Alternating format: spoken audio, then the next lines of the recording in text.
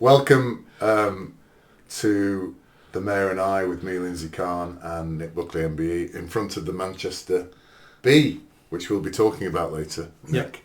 And it's The Mayor and I, our weekly chat about topics that enrage me, and Nick tries to calm me down. And there's a lot going on at the moment. If you like what you're watching, give us the thumbs up and subscribe. Yeah. It would be great. Comment, share, all the stuff that everybody else tells you to do. We want you to do it as Yes, well. you can do that bit. We won't have anything popping up though. Welcome, Nick, Cheers. to The Mayor and I. So I think this last week that we covered a lot of stuff, and we were both angry last week. I'm still angry, and I sent you a little text about my thoughts. Basically, I thought I'd just read it out if that's okay. And I've called it. I put it to you. So, and I was sending it to you, just expressing my frustration. You actually put something at the end, which I'll read out as well. But I think this to me summarises where we are.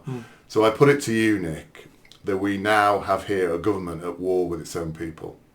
A government that's trying to brush under the carpet the murder of 3 little English girls. A government that is arresting and imprisoning any white English men who have shown anger over what has happened and what is happening to their country. A government in control and lockstep with the mainstream media, who promote their lies and propaganda about good English people. A government carrying out grotesque Psy-Ops campaigns to manipulate its citizens. A government who celebrates the criminality of Muslim thugs and communities while slandering and belittling its own white working class law-abiding citizen. A government that has betrayed and abandoned its own people. So I won't finish there because you responded. I'd like to read it out, which I thought was very good. And you put a government that is afraid. A government that can see the people rising up and does not know what to do except come down hard with an iron fist. But things are in motion now that cannot be stopped. If the Rwandan killer turns out to be a Muslim convert, then expect a lot more violence. But I think your point there is a government that is afraid. And do you think that's at the heart Oh yeah, of this? I think that comes out straight away when you hear the government speaking now. Everything you wrote to me, you could say that about the Tory government. All of that was addressed them as well. But things have changed since that murder, and it just happens to be a Labour government in power at the moment. All this would have happened if the Tories were in power as well. It's just bad timing for a Labour government. I just see fear. I see fear in the Prime Minister. I see fear in the top police officers. I can see them all looking at the situation going, we only control this with public consent. We only control this country, and we managed to do what we wanted to do because the English and the British were tolerant and law-abiding, and they followed the rules, such as voting in the general election, such as the referendum, and they felt as if they were being listened to. But they now know they're not being listened to. And that's why Keir Starmer cannot discuss the underlying issues of the problem. Because if he tries to discuss that, he opens himself up to criticism that you're part of the problem. And these issues you can't discuss, as in they're so huge and so wide, it will change society. And he knows it will probably bring down his government. So what's he left with? Well, he's left with exactly what the Eastern European governments were left with when they had communism. Iron fist. Control the press. Smash the people when they rise up. Control everything. Make them afraid. Give them propaganda. Tell them lies to their faces, because most of them will believe those lies. And make them fearful of criticising lies, and make them fearful of expressing themselves, because the Stasi, the Gestapo will come for them. And that's what we're doing online now. So many people, I get comments every day now going, be careful of saying that, Nick. You might get a knock on the door. And I'm basically, well, knock on my door.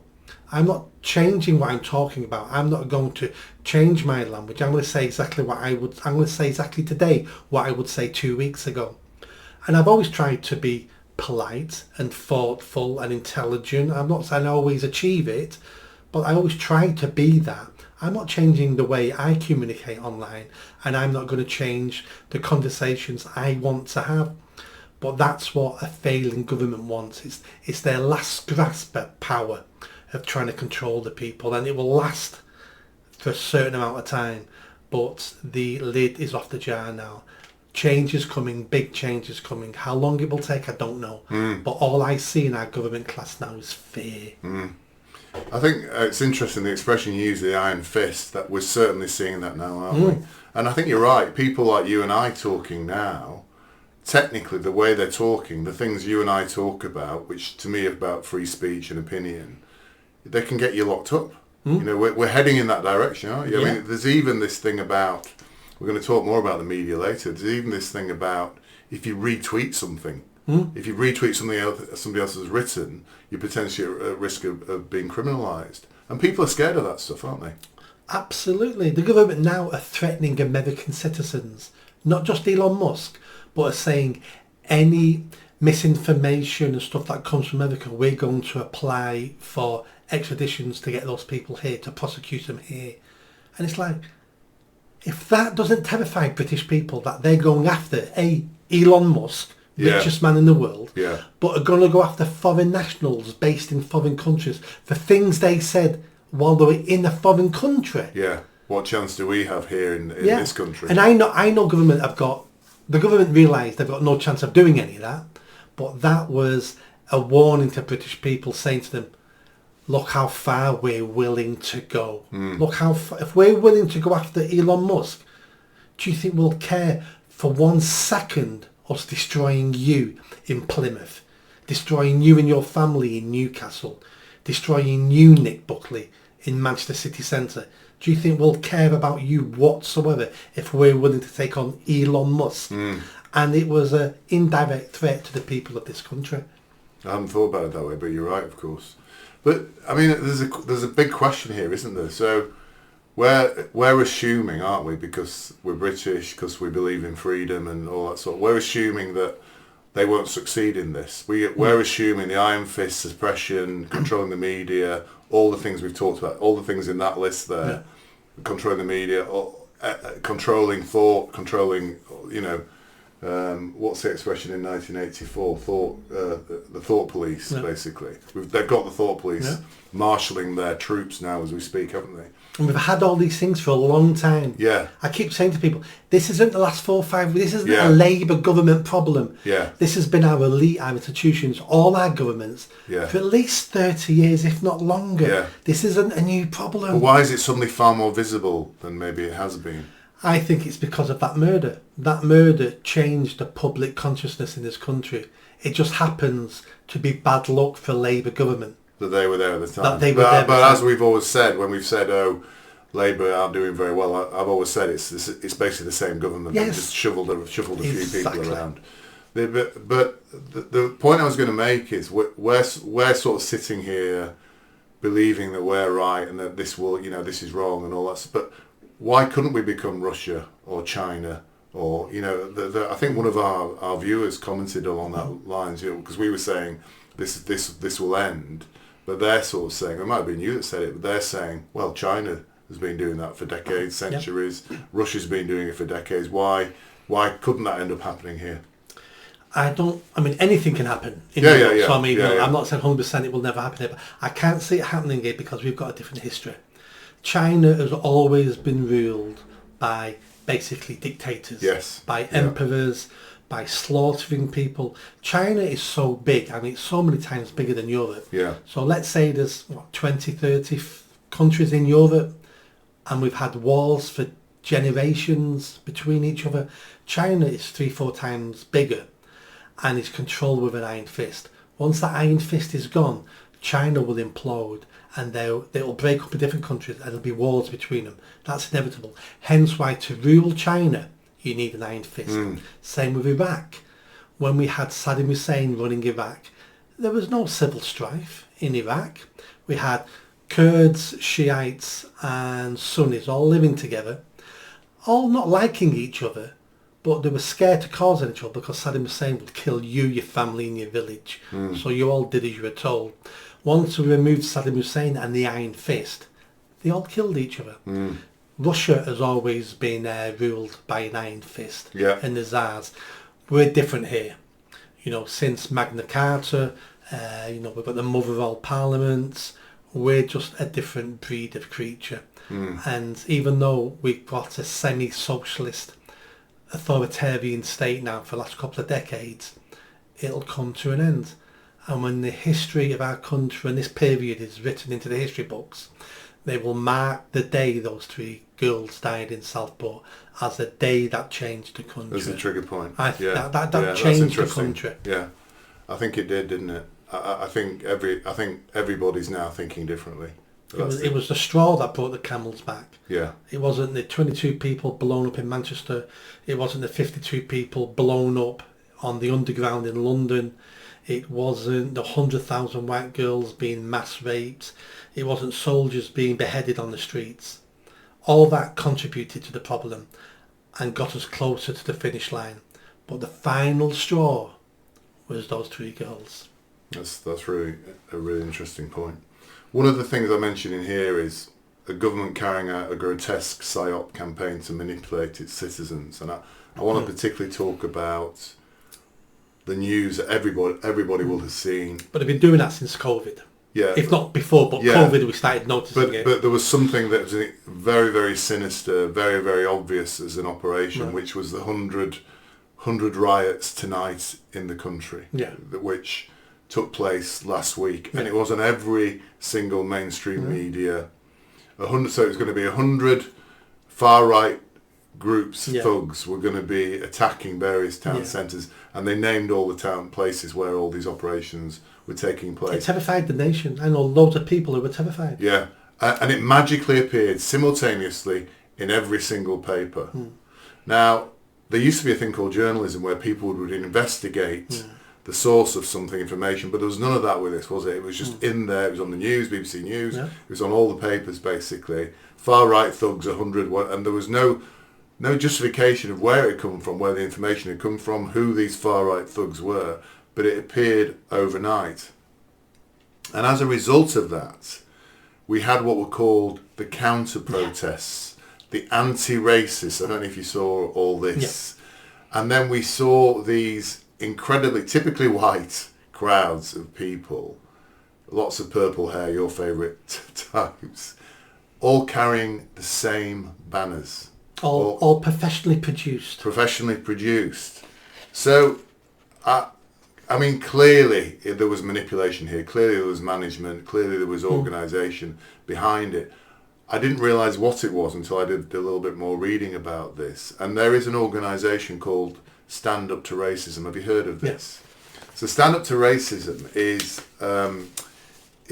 part of the Socialist Workers' Party, and it's funded by the unions basically, and by the government. And they mask a lot of their very left-wing policies under anti-racism. It's similar to Antifa or BLM. These very left-wing communist-based ideology organisations that are masking themselves under under racism. And apparently, my understanding is allegedly that Stand Up to Racism were behind all of these counter-demonstrations that took place. I mean, there's an interesting point here, isn't it? The headlines changed from communities brace for far-right anti-immigrant invasion to pro-immigrant communities defeat far-right invasion. So, and there's an interesting article I was reading where it said, so if I hang a big banner from my window saying, Vikings not welcome here, if no Viking has come up, can you actually take credit for it? So, these awful grubby anti-racists turned up in all these 100 places, and then, because nobody turned up, they said, we've defeated racism. That was the whole point of it. So it turns out the 100 riots in information was all a hoax. Either someone trolling, or it was someone setting it up to get the result they wanted, which was no one turning up and then claiming credit for it. So you're right, so all those demonstrations from the socialist workers, Stand Up to Racism, all the blue-haired fat lesbians and all the woke fools and everybody like that all turning up, all with the chants, and nothing happened, and it was like, we beat them. This is how easy it is to beat the far right, who don't exist in the UK. Yeah. So it was easy to beat because it's an imaginary foe. They got the next day. They got all the press attention that we drove the far right off the streets, which were afraid to appear, apart from the Muslim areas, because the Muslim areas had a gangs of youths all masked up with sticks and swords and knives going around trying to batter anybody who looked far right to them, which meant white. Also seeing off the far right racists as well. Yeah. And the parallels to draw here, I don't know if you've drawn this yet, but I don't know where I heard this or whether I've just thought it myself, I can't remember. There's an exact parallel to COVID. An invisible enemy that doesn't exist. And we've beaten it. We've got the vaccines. Look, here's your vaccine. We've vaccinated everybody. COVID's not here anymore. It's disappeared. Something that never really existed or only was a mild flu or whatever. The idea, and it's the same as the Vikings, no Vikings welcome here. No far-right thugs welcome here. No COVID welcome here. And look, there isn't. Everybody's fine. Nobody. So it's an exact replica of that approach. Creating an organisation, creating processes, creating systems to destroy an enemy that doesn't exist. It's an exact replica. It is, but that's the top layer of what you're looking at. It goes a lot deeper and more sinister below that. So do we think these people just want an opportunity to march on the street, shout Nazis go home, and then they go home feeling good about themselves? Do we think people invested lots of money and time just for that to happen? No, that's the easy outcome of that. Once you look below this, that's why socialist worker, these agencies and organisations are involved. This is about sowing the seeds for the destruction of the West. This is about ensuring society collapse so these socialist worker parties and people who are funding them can build a socialist utopia in the UK and across the West. They're trying to use ethnic minorities as the foot soldiers, as what made to... It's a good example would be Queers for Palestine. Everybody laughs at Queers for Palestine, going, no, those idiots don't know what they're talking about. They know what they're doing. Queers for Palestine are basically socialists who are saying, if we can team up with Hamas and the Islamists pull down Western Europe and capitalism, then we can step into the void and build our socialist utopia. So at the moment, queers are for Palestine because it's a way we're going to get what we want. Once we've got what we want, we have to fight each other and we'll kill the Islamists. So they know what they're doing. This is all about communism and communist takeover of the Western world. Yeah, they're leveraging on any populist or what they regard as progressive ideology in order to gain more of a foothold in what they're trying to do, basically. And they're bringing more and more people on board because they've rebranded themselves anti-racist. Yeah. Who isn't an anti-racist? The word anti-racist now just means anti-English. That's what I think it means. Yeah. Did you see the... That's really interesting. Did you see the anti-racist march on Deansgate over the weekend? That may have been Sunday. No, I didn't. Saturday or Sunday it was. People videoed it. They marched up Deansgate until they got outside the Witherspoons pub, the Moon Under the Water. Is that the one right at the end of Deansgate? Yeah, I know the one. And then they all stood there, banging drums, chanting at the people sat outside. Oh, I heard, because there's some young white guys sitting outside with Port Vale football. Yeah. But so anti-racists marched up the road until they found a venue which they think are full of white scum, and then they stopped outside that venue with police protection and started barracking the people, sat in a pub having a drink before a football match. And that's who our anti-racists are. They're anti-English. They saw those people in that pub as white scum. You're the racist. Hey, you're in a Witherspoons. The owner of Witherspoons doesn't even like the EU. You must be racist. You're drinking lager when you could get a nice French wine or some Spanish Pinot Noir or something. Were these, I mean, just interestingly, were these, not wishing to frame everything in colour, but were these protesters white or brown, or what were they? There was a mixture, but lots of white people there. Yeah. And they had drums Yeah. So it was, they were playing drums, and it looked like a nice day out. Yeah, yeah. And it's sinister, isn't it? And when I was walking in front of the Palestine walk the other day, they had all the drums. It was very organised. Yeah. But you're right, lots of white people there, middle class looking people exactly. as well. And then what looked even more sinister was it stops outside of Witherspoons. The police who were guiding them all lined up outside Witherspoons, facing Witherspoons, to protect the protesters from the evil white scum. So they weren't facing the protesters; they were facing the patrons having a drink sat outside. So now a white guy in England can't sit in a Wetherspoons and have a drink without being branded a racist, basically. By protesters and by the police who think I've got to watch him because he may attack these protesters. It's insanity. Insanity. The police had to stop one of the protests getting to them. Yeah. But all the football fans stood there singing football songs at them.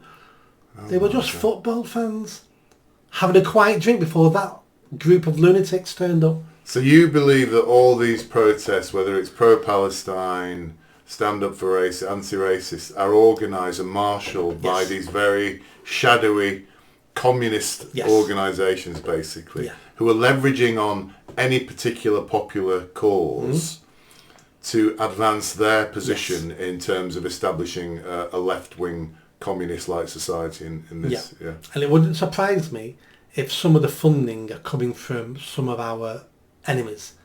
It wouldn't surprise me if Putin's funding some of it, or China or Iran, not because they believe in it, but because this is the UK internally destroying itself. And we do it to other countries. Yeah. We fund dissidents in other countries to bring down regimes. It wouldn't surprise me if it's happening in this country. Well, I think what's interesting about SUTR, Stand Up to Racism, it's funded by the British trade unions. Yep. So the irony there is the British trade unions, their subscribers, their members are typically white working class men. Yeah. And they're paying money into the unions to then promote messages of as you say, anti-racist, anti-white messages. They also almost completely fund the Labour Party. Why do you think the Labour Party is completely woke? Yeah. Why do you think the trade unions are completely woke? The unions wouldn't be funding the Labour Party if they had opinions they didn't like, such as we're going to stick up just for working class people. Trade unions were corrupted a long time ago. But then why do working men pay into them then? Because first of all, members are been going down further. And unions now only really exist within the public sector. The public sector. It's, the only people now members of unions are people who work for the government. Yeah. So my idea, it might be what it's not. It's mainly public sector people. It's public sector, and they're all woke. So this is hence why they support each other and group together. They've all got the same mindset, and none of it is about supporting working class people, and definitely not supporting white working class people. That's really interesting. Can I talk about something that you may have heard about before called controlled spontaneity? Yeah. So this is something, again, I've been reading around, because it intrigued me, the 100 far-right things, and the response to it, because I could see totally it was coordinated and managed. And I was thinking, I've been reading a bit more about this. So in 2011 we had riots apparently in Britain. I can never remember my dates, but there were riots in 2011. Oh, that was when the career criminal in London got shot dead. Yes. Duggan. Yes. And we had riots because of that, So they introduced, the psychological control was introduced, called controlled spontaneity. And what this is, it basically tries to shape the public response to a tragedy by couching it to focus on empathy for the victims and a sense of unity rather than reacting with violence and anger. And we saw it here, Nick. Yeah, this Manchester Bee. symbol of yours. So when the Manchester bombing happened... That Manchester Bee, my wife won that at an auction. At an auction. I know the lady who made it, very talented, but my wife won it at an auction. So what they do is they channel they deliberately channel anger or immediate reaction into this control spontaneity thing, where it's about unity and love, and it's look back in anger, and we've got the Manchester Bee and all those sort of things, and they tried to do it. They tried to do it with the murder of the 3 little girls as well, but it didn't work this time. And apparently one of the things they did was what was called a Swifties bubble blow. They tried to create this where sounds like a porno. Swifties bubble blow. So local tribute. Now, whether this was actually engineered by some of these shadowy organisations, but basically it was. They jumped on it. They jumped on it. It was local kids were asked to blow bubbles into the sky to send kisses to heaven, to comfort the dead girls' souls, while a local musician sang a heartfelt song. Well, it's absolute bollocks. Of course, it is. That doesn't do anything to stop these things happening. But I think they were trying to create again something like the Manchester Bee, a symbol or an idea where it's about let's hold hands together, we're all communities together, and all that sort of crap. Basically, this works because it's a distraction technique.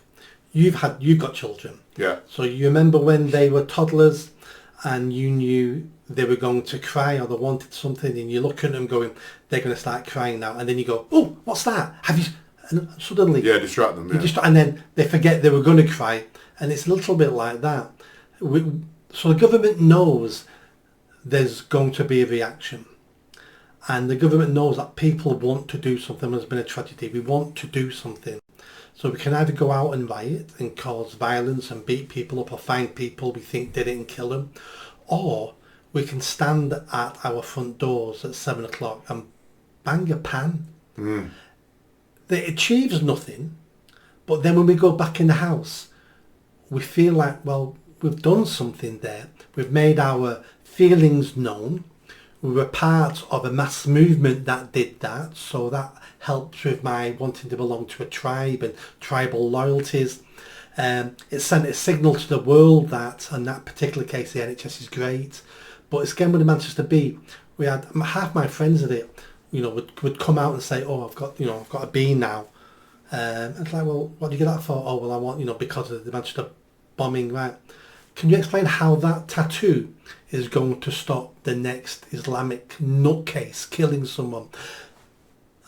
No, it just makes me feel, me feel like I've done something, because when there's been a tragedy, everybody wants to do something. And if the government can give you a silly, non-violent, pathetic, easy cop-out that still fulfills your need to do something but doesn't cause trouble for anybody else, there we go. And that's exactly what these things are. And apparently there was an academic study, I haven't seen it, I didn't get a chance to actually read it, but there was a study in 2021 about the Manchester bombings and the events, and apparently all these events were organised by Manchester City Council. And were designed to bring them together. And in this concept, there's more than unites us than divides us. There's more than unites us with the Muslim community than divides us in terms of these horrific bombings. And it worked. It worked, didn't it? These things, I don't think it worked as in, I don't think their campaign worked. We weren't ready 7 years ago. So their campaign, they thought it worked. But if they hadn't run that campaign, there'd been no violence anyway. Our tolerance, we'd not reached the top of our tolerance level yet. But what they've done, and this is what this article was saying, is they tried to do the control spontaneity to disingenuously relabel an attack from a non-white adult on little white children as a non-religiously motivated attack upon an arbitrary community of pop star fans. So they tried to link it to Taylor Swift. They tried to say, oh, this is an attack on Taylor Swift fans or whatever, and that's why the Swifty bubbles and things like that. It's nothing to do with Taylor Swift, is it? It's just a coincidence that Taylor Swift, but the number of times you've heard her name mentioned in all this, even she wrote a little letter saying it's terrible what's happened. That again was part of the control spontaneity, to try and say, oh, it's an attack on Taylor Swift and her fans and all that sort of crap. And and it's interesting, isn't it? We've then heard subsequently about Taylor Swift having to cancel in Germany. So is this about Taylor Swift, or is this about 3 little girls getting murdered in Southport? Because they're distracting and diverting as far as they can, can't they? All over the place into other areas, basically. The Taylor Swift connection for me, and I've given this some thought the last few days, since I've had the German cancellation of some of her concerts, I think, and same with the concert in Manchester, I think they're actively targeting girls. And why are they actively targeting girls? Is it because they're not a threat to them when they're trying to stab them or kill them? I don't think it's that. That's part of it, must be. Yeah, I don't think it's that. I think it's little girls are the most precious thing in any society. Girls are more precious than boys. We treat girls better than boys. We've spent, in this country now, you're allowed to genitally mutilate boys. Can't do it to girls. There's all sorts of things we do to boys that we don't do to girls. Girls are the top of the tier. Why? Because they turn into women, and then women carry babies, and we need women to survive. And they're attractive as well, women. They are, but it's also that you hesitated for a moment. No, but they are, but I don't think that's not part okay. of why they're doing it. I think it's because men want to protect society, protect their tribe, and if you had a hierarchy, it's about protecting girls the most. Well, there's an argument. I agree with. You and I talked about this before, and I think when people attack J.K. Rowling, or when we see a male boxer punching a female boxer, even though a female boxer ostensibly looks tough or whatever, for me there's a natural reaction. I find that apparent because my instinct is to protect women. And who is the most vulnerable? What is the most vulnerable type of a woman? Yeah. It's a little girl, isn't it? So I think the reaction, the visceral reaction to knowing a little girl is being killed, is probably brings out the most protective. And that is possibly the reason that they are targeted. And then we need to ask why, what reaction to the one? And I think there's only two reactions I can think of. The first reaction is, especially for the Islamists, we're trying to trigger a war. We're going to kill your little girls until you react, and then we can get this war. At the end of the war, Islam will win. That's one scenario. The other scenario is we're going to keep killing your little girls, because every time we do it, you just show us how weak and pathetic you are. You can't even protect your own little girls. You can't even protect your own little girls. So there's two scenarios that I've sort of come up with there. That's a Taylor Swift connection. Oh, I see. Because Taylor Swift attracts little girls. And that's what sold girls at the concerts, isn't it? Yeah. But I don't think... Do you think he went there deliberately because he knew there was a Taylor Swift? We don't know. You don't know. I think he went there to kill girls, little girls. Yeah. I read somewhere that he lived just down the road. So he was aware of that. So he would have been aware of it. Yeah. The bit I don't get, well, I'm going to come on to the way the media have dealt with this character. We're not hearing anything about him, are we? We're not now because, it's in the court system now, so people would be worried now about damaging the court case. But there is cases where you hear everything all the way up to them getting to court. Yeah. So we informed the press when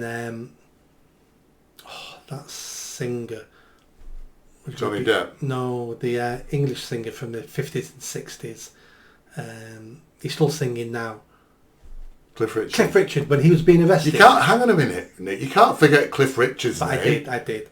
But I loved him when I was a kid. When his house was being raided for historic child abuse and stuff like that. Yeah. Turned out all false. Yes. They invited the press along, and he could have been absolutely destroyed because of that. So we do it for some cases, but no one wants to talk about the Welsh Rwandan killer now because they're scared of the Welsh Rwandan. Yeah. Now, I called him in one of our videos a Rwandan serial killer.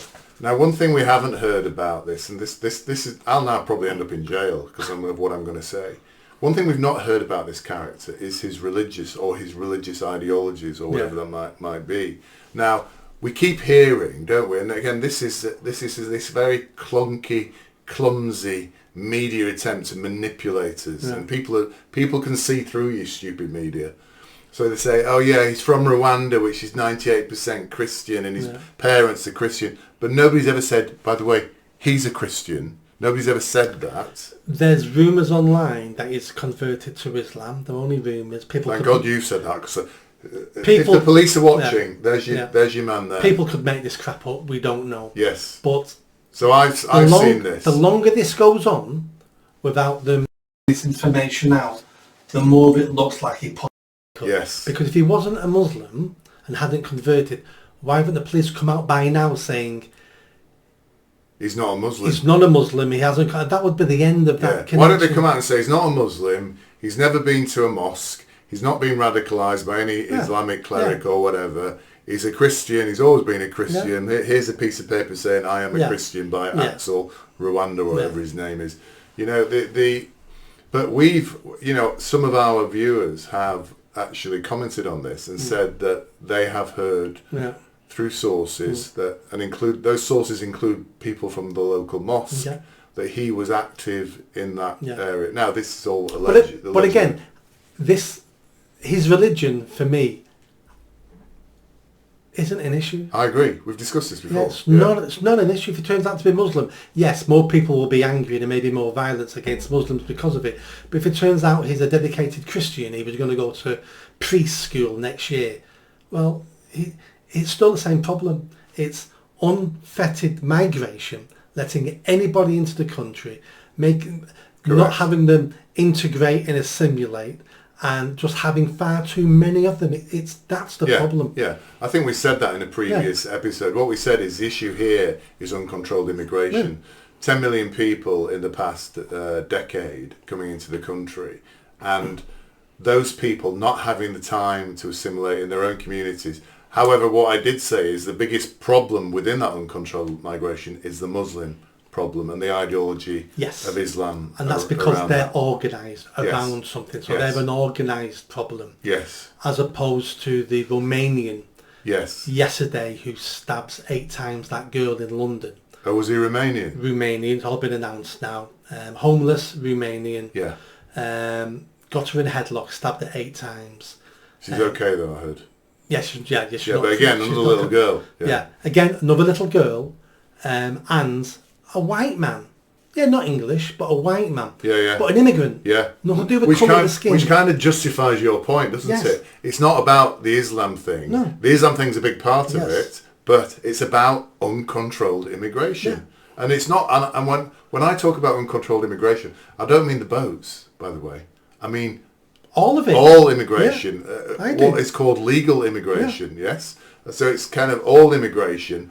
They're letting thousands of people, millions of people in without the proper vetting, without proper control, without the proper assimilation of it. I mean, in America, they've got to do this flipping, they've got to learn the name of all the presidents and all that stuff to become citizens, haven't they?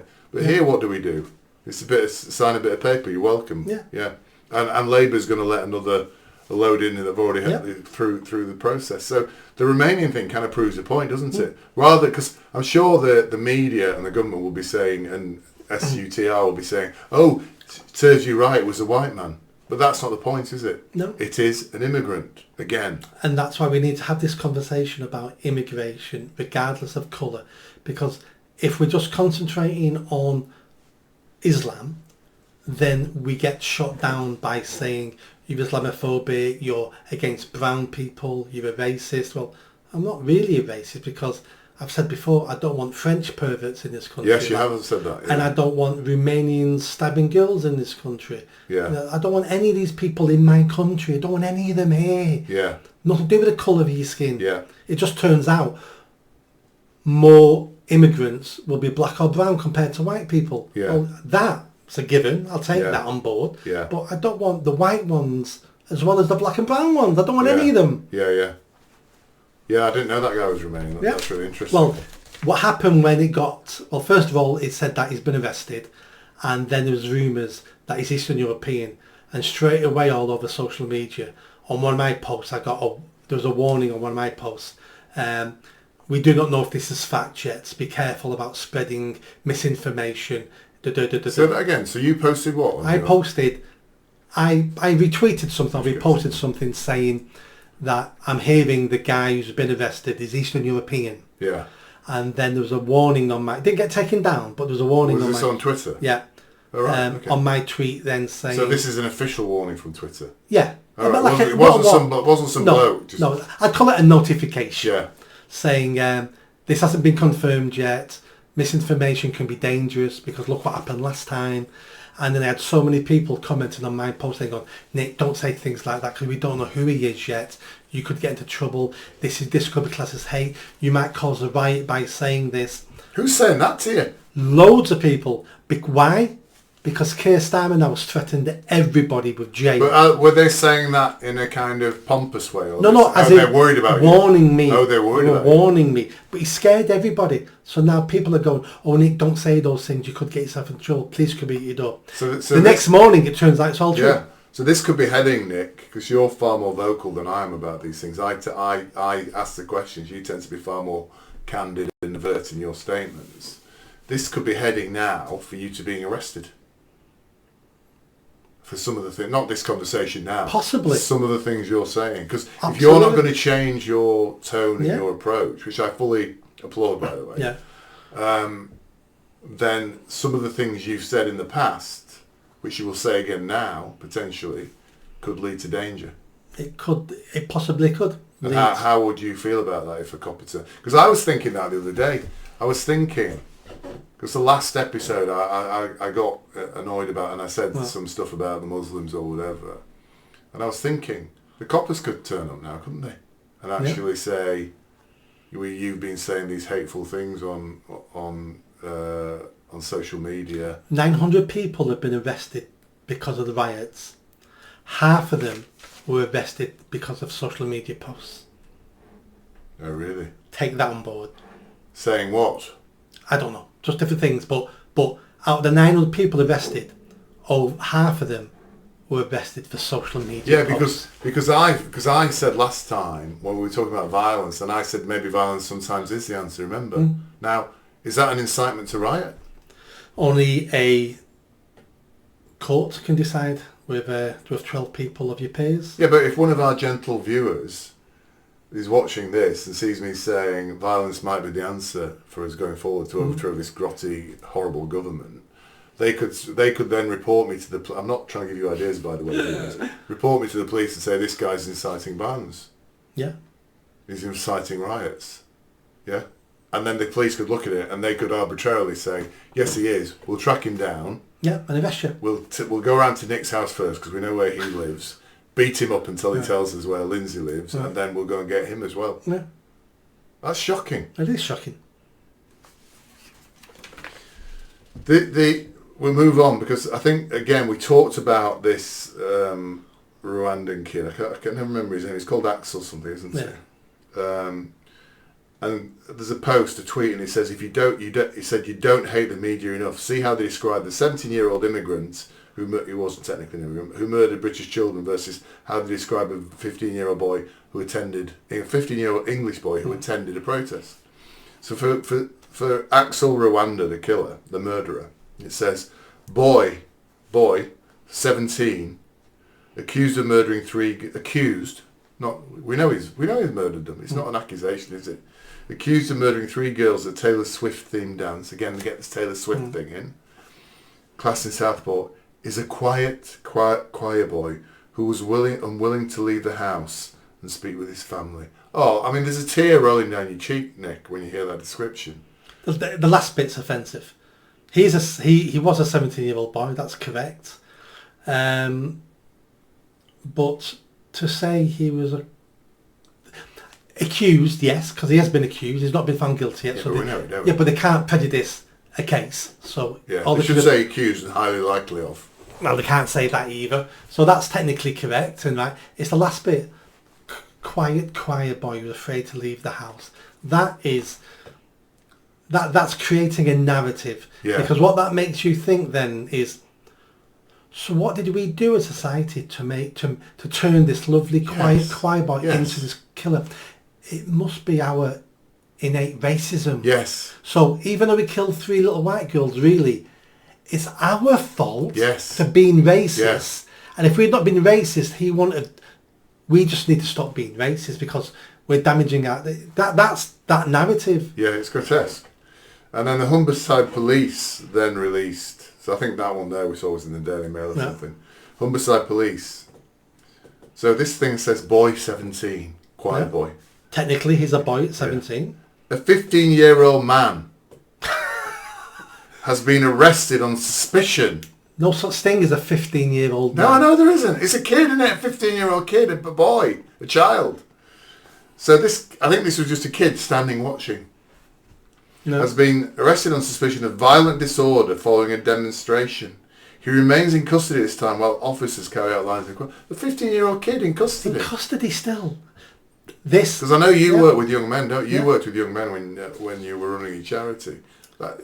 Hardly anybody is ever held in custody. No child, really, unless you're a murderer, is held in custody.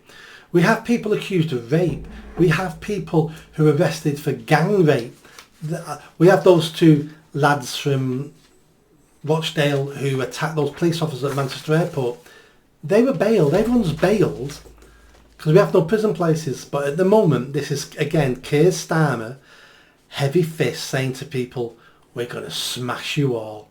No bail for any of yous. And we're going to talk about the Labour councillor in a minute. Yeah. But no bail for any of you guys. No. You're going to stay inside because it's not about you. It's not about that 15-year-old boy. It's about the message this sends throughout the country that none of you better do anything we don't like. Because this is how we're going to treat you. Yeah. This is the new gulag. This is what communist states do. They send people to the gulag for thought crimes. And, and I don't know what this kid's done. Maybe he's throwing rocks. I don't know. But we don't treat any other 15-year-old like that in this country, ever. And can I guarantee one thing about that 15-year-old? He will be white. Oh, guaranteed. Yes. The next thing, we to talk about, and I phrase this by Keir Starmer, who the fuck are community leaders? And I'll tell you why I say that. And I think when I saw this one, I actually sent it to you. And I put the word bastard below, and he's deserted us. Yeah. So this is a tweet from Keir Starmer. A tweet from Keir Starmer, the man who hates Elon Musk. Yeah. But he's happy to tweet on his channel, isn't he? On his piece of software. Before you go on, did you see there's an argument now between Elon Musk and the former Labour leader SMP, of Scotland? Yeah. Hamza Yusuf. Yeah, they're having a big debate, and Hans have called him racist and all that. And then Elon said, right, I've seen your DMs on Twitter. You're more racist than I ever thought. He's now threatening to release Hamza's DM private messages on Twitter. Oh, really? You don't mess with Elon Musk. No, but I mean, that's Elon Musk abusing his position. Yeah. But great. Yeah. That would be great. What has he said on his private DMs? And a private, I don't know Twitter, a private DMs between different Twitter users, but you say, can we go private? And you have a private chat. Yeah, it's purely private, yeah. Oh, that would be great. Apart from the CEO of Twitter, he sees Yeah, quite right. Good old Elon. Yeah. So that would be good. I despise Hamza Yusuf. Yeah. He's the one that did the white, remember? And 99% of Scots is white. So there's a series of pictures here. Keir Starmer sitting at a desk with a bunch of Muslims. Yeah. Then with a bunch of coppers, and then with a bunch of, I don't know who, there's an Asian person in there and somebody else with a little hat on, so I don't know what's going on there. So, thank you, this is from Keir Starmer. Thank you to the community and faith leaders and the police I visited today for keeping our communities safe. Who are these people? Who are these self-appointed people who he is talking to? Have they been voted in by us? No. The population of England. Have we actually said... They've not been voted in by their community. Yeah. These are self-proclaimed community leaders. Yeah. So where is he in the Southport community?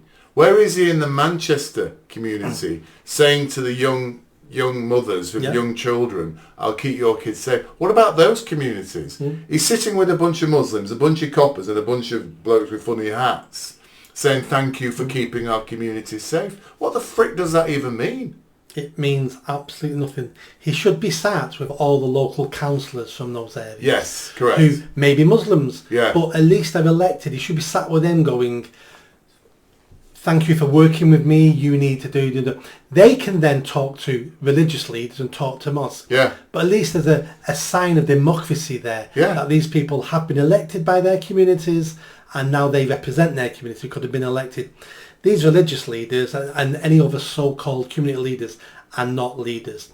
They are, some of them will be violent men because that's how you take control of a community. Others then will be using propaganda and religious propaganda and persuasion to take over and have that control. And these are not the people we deal with in democracies. We have a rule of law. And these individuals have got their own agendas. Yeah. You know, these people haven't got the best of the UK as their number one agenda. Yeah. They've got the best of their community, and their community will be little Karachi, it will be little Bangladesh, it will be little Malaysia, and that's what they're worried about. And after that, it will be their homeland country they're worried about. England and Great Britain doesn't come into many of these people's priorities top three. Yeah. I'm sure they have some concern over the UK because they live here, but for most people it's number one concern. Yeah. It's not their number one concern. Well, the question I would ask is, where are the community leaders of the white English working man and woman? They're in jail and they're called far-right protesters. But you're right. Well, where are those community leaders? Yeah, yeah. Because I can't see any in these pictures. No. I can see them hanging. I mean, it seems to me here, if you put on a hijab or put on one of those funny gowns that the Muslim blokes wear and a little hat, then you can get an audience with Keir Starmer, basically, with absolutely no validation.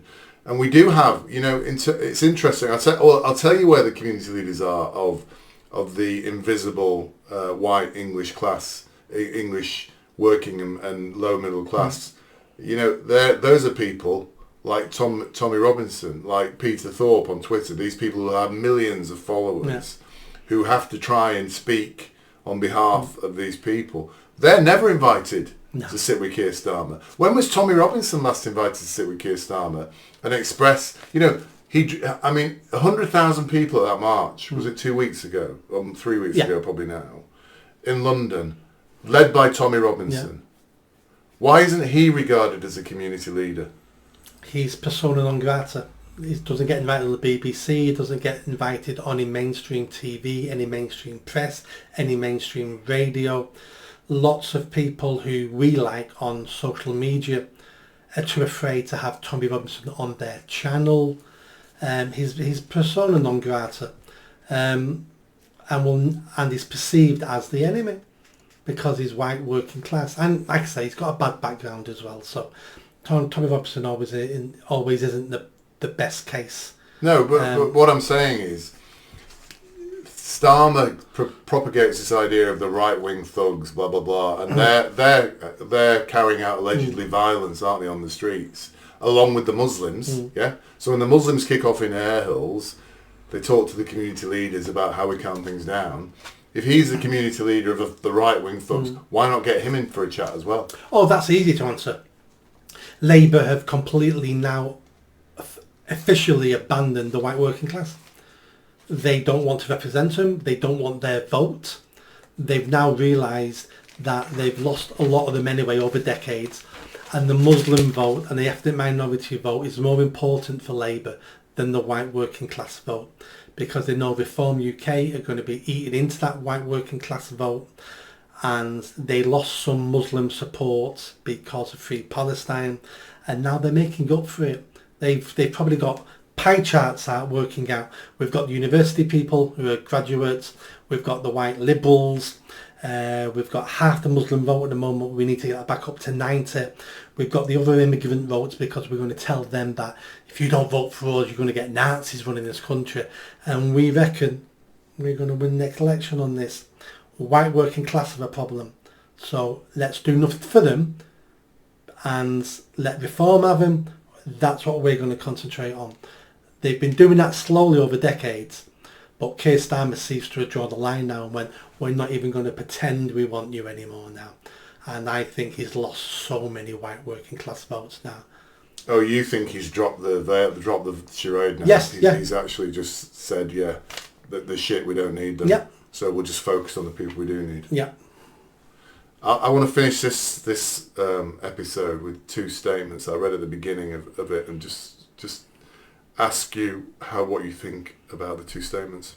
And the first one is, I'll put it to you, Nick, that we now have here a government at war with its own people. And then the final statement, a government that has betrayed and abandoned its own people. You think that's true now? I do. Yeah. I think I can't see how anybody could convince me otherwise. And all Keir Starmer had to do 2 weeks ago when his trouble started was to use one sentence, and I think he'd have kept the white working class on board, as well as clamp down on the violence. All he had to say was, this violence will not be tolerated, and anybody involved in the violence will come down hard on you. But I do understand that there's underlying issues here. I've spoken to many people now across the country who have got issues with mass migration, may have got out of country, and I'm going to look at that. But anyone involved in violence, we're going to... That was what the people wanted to hear, because no one wants violence on the streets. But he's never acknowledged that there's any problem in this country with mass migration, and that was the catalyst for what came after that. And because he didn't say it, because he's not a stupid man, he's got a whole team around him, he didn't say it for the reason of, we don't want the white working class anymore now. We're trying to shore up the ethnic minority vote. And if I admit there's an issue with mass migration, it makes it look bad to the immigrants in the country, and I want their vote. And then it also will lead me to having to do something about it. And I don't want to do anything about it. I want more mass migration. So why would I say I don't? And yeah, and the way he's treated people, his old government, the way they've been speaking about white working class, it sounds like war. It really does. He never spoke like this about Black Lives Matter when he was on his knee, saying, I support it. When we've had riots in Leeds, the last month, there was no comments like this. But when it's white working class, the scum of the earth, the cockroaches, we just need to stamp on all of them. And he's shown his true colours, just like most socialists and communists do.